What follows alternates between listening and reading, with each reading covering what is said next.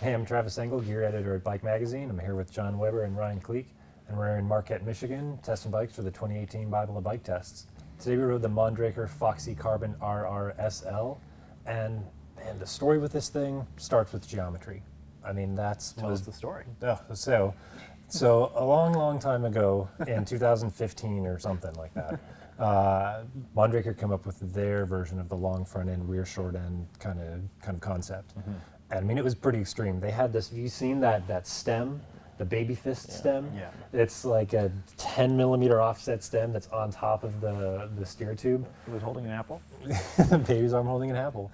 It was a little over the top. So now it's a more traditional stem. They've reeled in the reach a little bit, but this thing still has a 500 millimeter reach. Yeah. And a 40 mil stem on this Yeah, bike. yeah. So you get on it and you're like, it doesn't.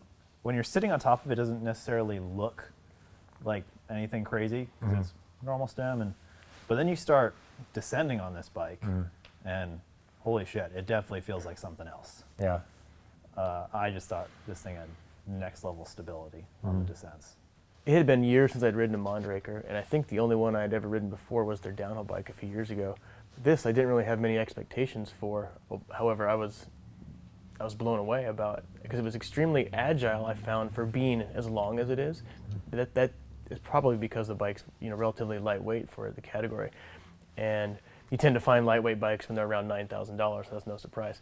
The bike is extremely stable at speed, and I would compare that to kind of how downhill ski racers have their skis set long and for stability in the high-speed corners. And I kind of felt like I was on rails, like I was on a ski edge in some of these turns, and for having a longer wheelbase than that's in this category, it was still actually quite agile too. And you find that when bikes are really lightweight. I thought it was fairly agile. I didn't think it was like remarkably agile. I think it was easy to move around, but for me that was just due to the weight. Like the geometry wasn't giving me much help in terms of putting the bike where I wanted it. But at speed, I felt like I could really place the bike because you just have room to move. You can move your body however you want. You don't feel like you're gonna like toss the bike offline accidentally. But what I thought was really interesting about the descending performance was that I felt it was really geometry dependent. I didn't think the rear suspension worked all that well on this bike. I thought it was a little bit on the progressive side. I mean, it didn't necessarily feel like even like the 150 mil travel in the rocky altitude.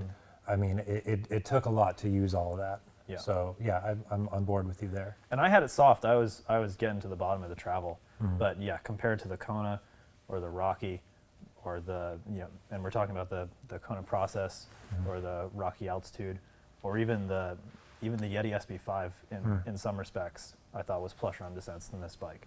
But it's so stable that I found I could just drop my heels and drive through whatever was in front of me, without a problem. See, it took me a lot of fine tuning to get close to that point, and in fact, I'm going to say that wasn't my takeaway from this bike. That it was something that I could like drop my head and plow through stuff on. I really had to fine tune, drop the sag a little more in the rear, increase the pressure in the front.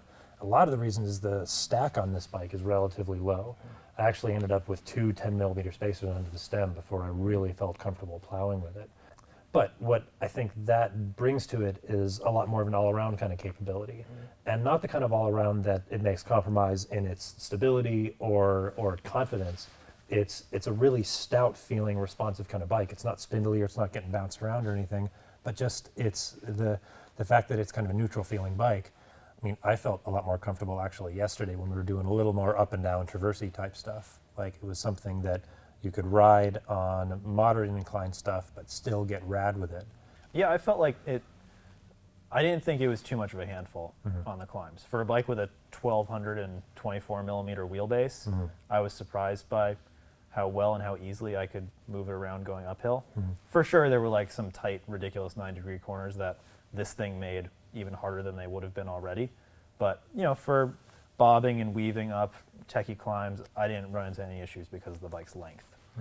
Yeah, with this bike, I really would have liked to have been able to hold on to it longer and ride it more and more and really get to know it more, because right from the first ride on trails I didn't know, a bike I didn't know, I was riding as pretty much as hard as I wanted to and felt comfortable and didn't feel out of control. And I think that really speaks to the stability of the bike and how well balanced it feels front to rear. Yeah, I agree. This is a bike I'd love to put some of my own parts on and make mine. I think I'd be so comfortable on this thing.